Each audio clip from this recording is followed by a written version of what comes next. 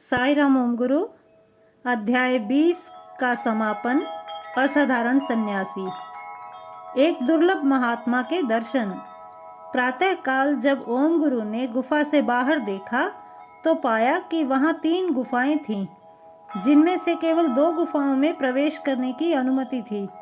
तीसरी गुफा में भूल से भी प्रवेश न करने की चेतावनी थी, क्योंकि वहां एक महात्मा जी तपस्या में लीन बताए गए थे। भोर सवेरे का सूर्य अपनी सुनहरी किरणों के साथ मंद मंद चमक रहा था। ओम गुरु सुहावने दृश्य का आनंद ले रहे थे, तभी उन्होंने एक विचित्र बात देखी। तीसरी गुफा से एक महात्मा जी बाहर आए। कोई भी उनके परिचय से ज्ञात नहीं था। कांतिमय एवं तेजस्वी मुख वाले महात्मा जी की आंखों में अनोखी रौनक थी। सूर्य की किरणें उनके गौर वर्ण पर पड़कर परावर्तित हो रही थीं। अद्भुत स्वामी जी 16 वर्षीय किशोर के समान लग रहे थे। कुछ समय पहले उदित हुए सूर्य को देखकर महात्मा जी आनंद विभोर होकर नृत्य करने लगे। वे अपने भिन्न भिन्न प्रकार के नृत्य में पूर्णतः मग्न हो गए। उस नृत्य तथा उस दृश्य का वर्णन शब्दों में संभव ही नहीं। नाचते नाचते उनके कंठ से कोई मधुर ध्वनि निकल रही थी। ओम गुरु अपने साथियों के साथ महात्मा जी के नृत्य गान का रसपान कर रहे थे कि महात्मा जी की दृष्टि उन पर पड़ी। नाचते हुए दोनों हाथ उठाकर महात्मा जी ने उन्हें आशीर्वाद दिया। चूंकि उन महात्मा जी के दर्शन ही दुर्लभ हैं, तो उन्हें नृत्य गान करते हुए देख तथा उनसे आशीर्वाद पाकर वे सब स्वयं को अति भाग्यवान महसूस कर रहे थे। ऐसे ही अनेक अनुभवों से ओम गुरु का प्रत्येक क्षण खुशी व आनंद से भर गया। असाधारण सन्यासी का वास्तविक परिचय। असाधारण सन्यासी तो उसी रात गुफा से बाहर चले गए थे, किंतु उनके साथ बिताए प्रत्येक क्षण के विचार ओम गुरु के दिमाग की गहराइयों में गोते लगा रहे थे। उन्होंने बाकी दोनों गुफाओं के महात्माओं से उनके बारे में पूछताछ की, परंतु असफलता हाथ लगी। ओम गुरु के अचरज की सीमा तो तब पार हुई जब दोनों गुफाओं के महात्माओं ने ऐसे किसी सन्यासी का अस्तित्व न होने की पुष्टि की। तत्पश्चात ओम गुरु एक अन्य महात्मा जी से मिले, जिनसे उनका बद्रीनाथ में ही परिचय हो चुका था। ओम गुरु ने उनसे महात्मा जी के बारे में चर्चा की। उन्होंने लक्ष्मी वन में प्रथम दर्शन, गर्मा गर्म चाय से स्वागत, मार्गदर्शन, देर रात तक सन्यासी द्वारा प्रवचन आदि सभी अनुभवों के वृतांत उन परिचित महात्मा जी को सुनाए। सुनते ही महात्मा जी के नेत्रों से अश्रुधारा बहने लगी। वे बोले, तुम सब बहुत भाग्यशाली हो, जिनके दर्शन के लिए न केवल मैं वरन मेरे जैसे अनेक साधु संत तड़पते रहते हैं।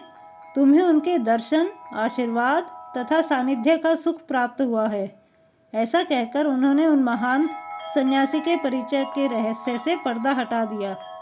ओम गुरु यह जानकर स्तब्ध रह गए कि वे कोई और नहीं बल्कि साक्षात महाअवतार बाबा जी थे। महाअवतार बाबा जी का नाम उजागर करते ही महात्मा जी ने चाय का कप बिना पिए ही नीचे रखा और तेज कदमों से सतोपंथ की ओर चल पड़े। महात्मा जी के अश्रु महाअवतार बाबा जी के दर्शन की तड़प की व्याख्या कर रहे थे।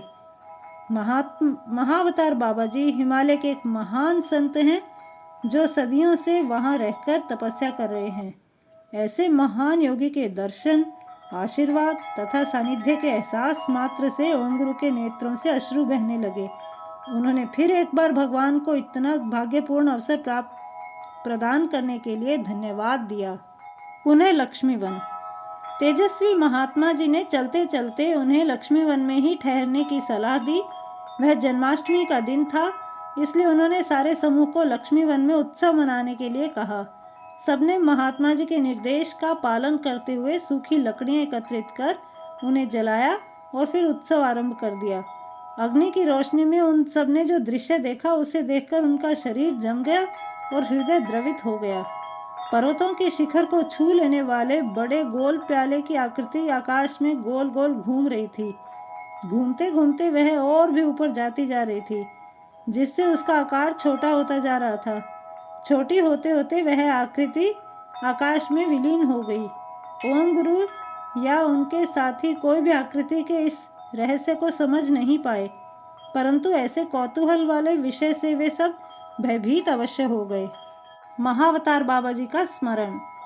महाअवतार बाबा जी के साथ समय व्यतीत करके अति प्रसन्न ओम गुरु उन्हें बार बार यही लग रहा था कि भगवान बाबा तथा महाअवतार बाबा जी एक दूसरे से अभिन्न हैं। इस प्रकार नव ऊर्जा शक्ति के साथ ओम गुरु अपने साथियों के साथ बद्रीनाथ वापस लौट आए। तप्त कुंड में स्नान कर उन्होंने बद्रीनारायण के दर्शन किए। अनुभवों के परावर्तन के साथ उस रात वे बद्रीनाथ में रुके। उसके उपरांत सबने घर लौटने का निश्चय किया। स्वप्नावस्था में महाअवतार बाबा जी ने समूह के सभी सदस्यों को दर्शन देकर सर्वदा सुखी रहने का आशीर्वाद दिया। आशीर्वाद पाकर ओम गुरु को अपने तन व मन में आध्यात्मिक तौर पर बड़े परिवर्तन का आभास हुआ। अब उनके अंदर आध्यात्मिकता से संबंधित खोज और भी कई गुना बढ़ गई थी। जय साई राम, जय ओम गुरु।